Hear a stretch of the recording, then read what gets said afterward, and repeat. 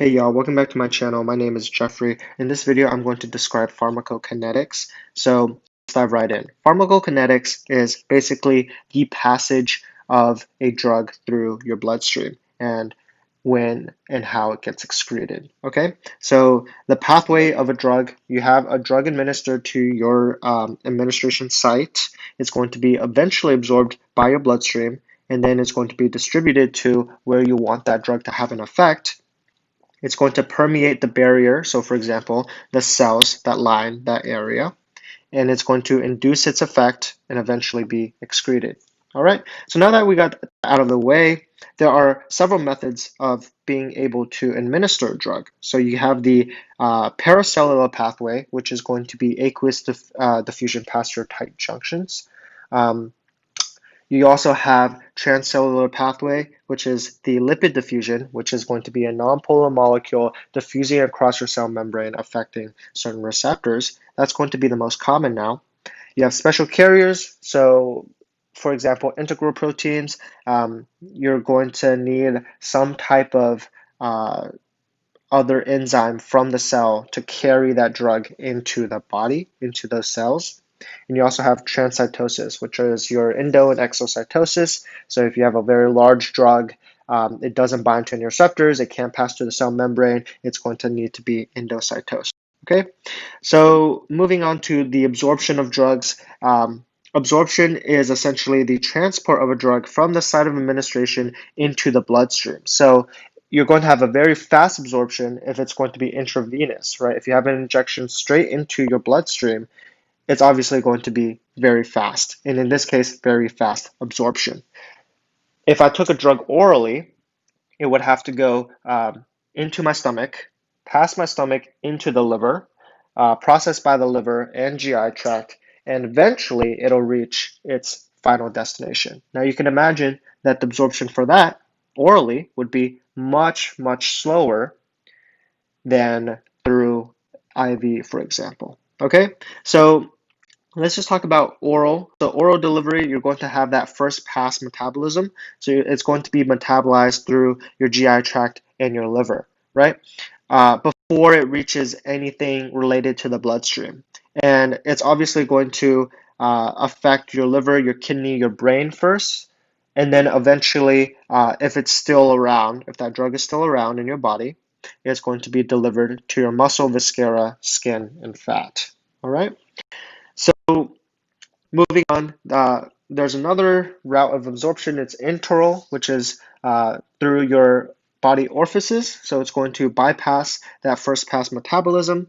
So it's going to be sublingual, which is under your tongue. So in your mouth, there's a lot of blood vessels. And for example, if you had a drug like nitric oxide, it's going to diffuse readily through your mouth and into your bloodstream.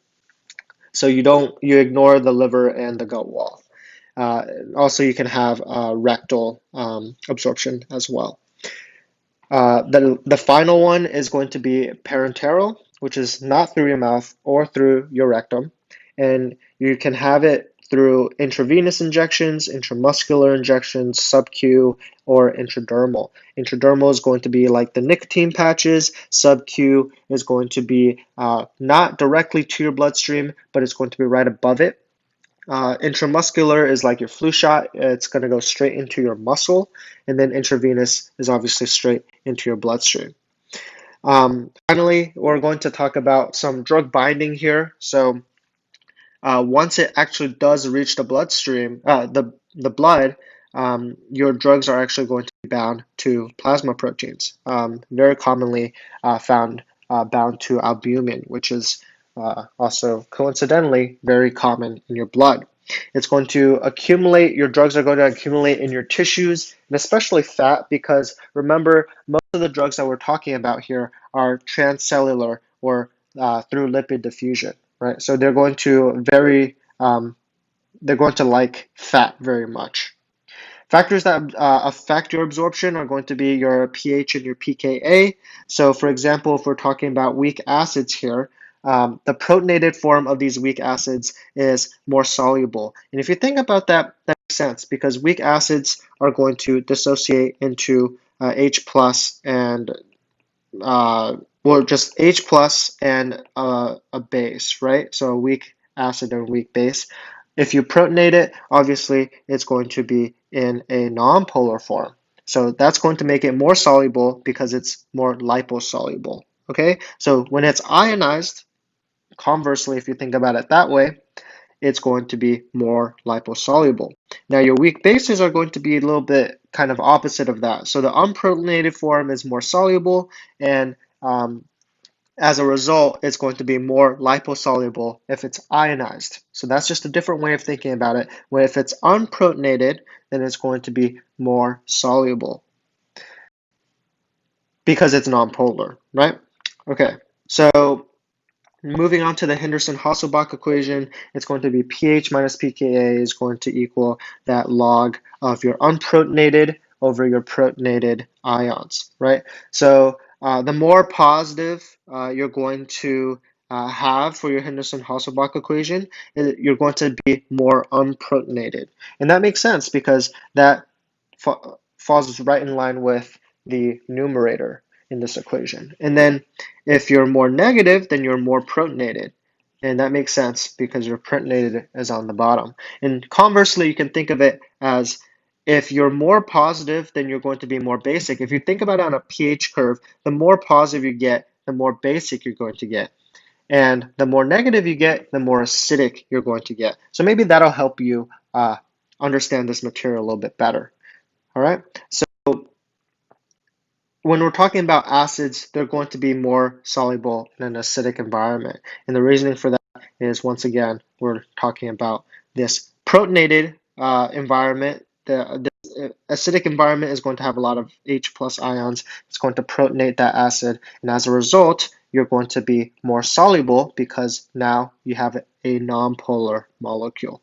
And then for bases, you're going to be more soluble in a basic environment. So think base, basic, and that's going to make it more soluble.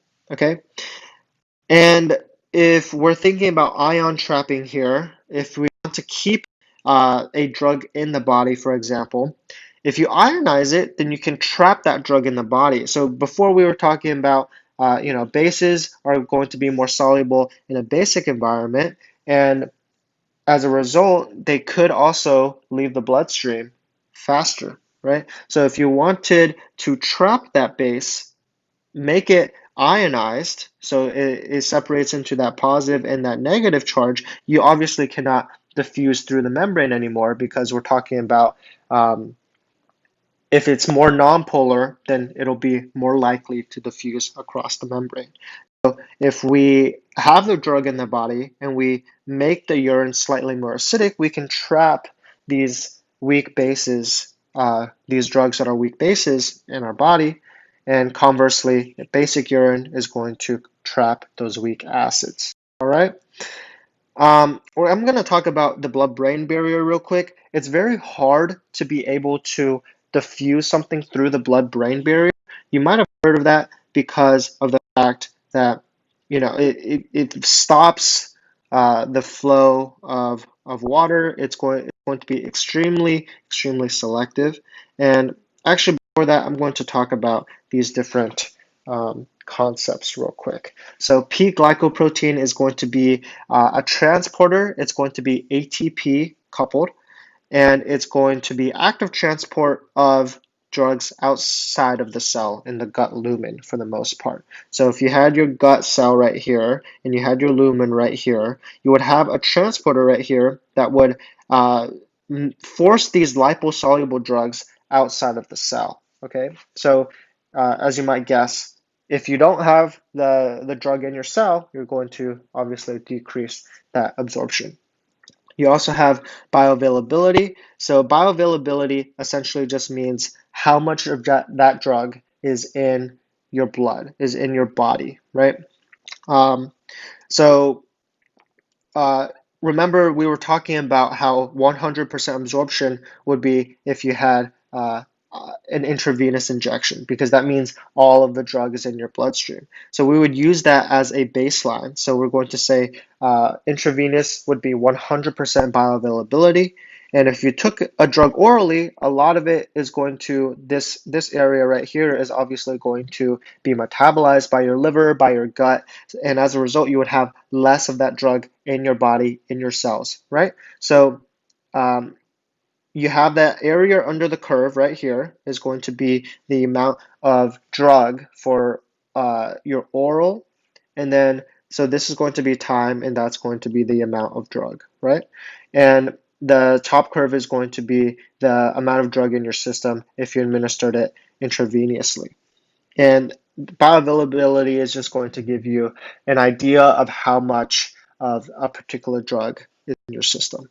Okay, so moving on to the blood-brain barrier, once again, you have essentially, in order to diffuse a drug into your neuronal tissues, you're going to have to pass through your endothelial cells, and your endothelial cells are going to have these tight junctions. So it's not going to really allow anything that is, once again, the paracellular pathway, the aqueous diffusion. It's not really going to allow anything pass through paracellularly.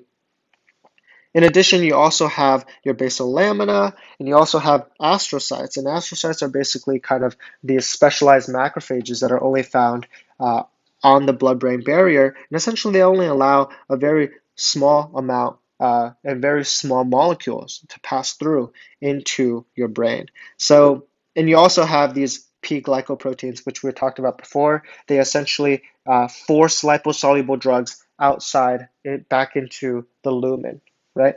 So it's going to be very tough, and as a result, you're going to either require liposolubility or it needs an active transporter to move it into your blood-brain, past your blood-brain barrier into your brain.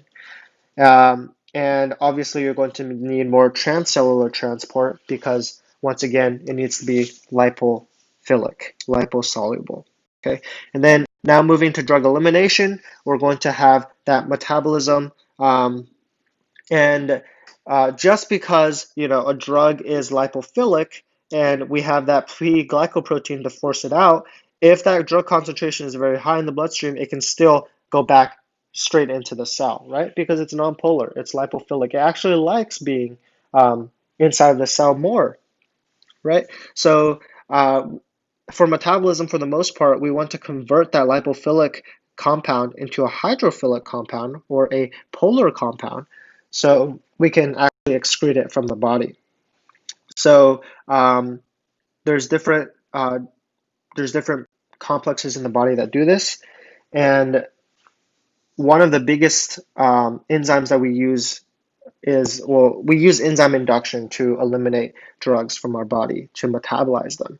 So we can have these inducible cytochrome P450 enzymes. P450 is an enzyme found in your liver. It's going to metabolize the majority of the drugs that we have, okay? And to increase the synthesis of P450 or to induce P450, we have these three drugs. So rifampin, phenobarbital, and carbazepine,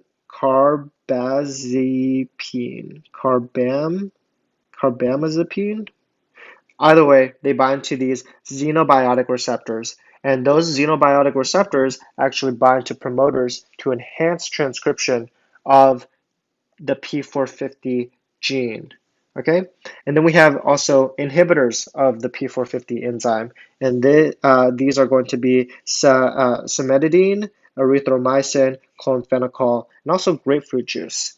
And these are going to inhibit your P450 enzymes. It's going to lead to drugs staying in your system for a much longer time because keep in mind, they do metabolize the majority of drugs that we take. So if you were to take a certain drug and you were to say drink a lot of grapefruit juice, you could actually get toxic levels of a certain drug, of that drug in your system. Because keep in mind, when we do studies on drugs, we assume that the body is functioning normally and that we have a certain number of P450 enzymes in our body.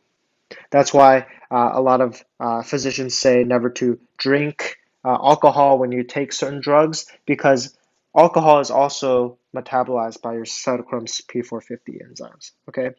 And then the other method of drug elimination would be excretion. So you can have renal excretion, so filtering through your kidneys and then excreting through your urine, or also through your bile. Okay. I hope that this short lecture, this short video on pharmacokinetics has been helpful. Have a great day.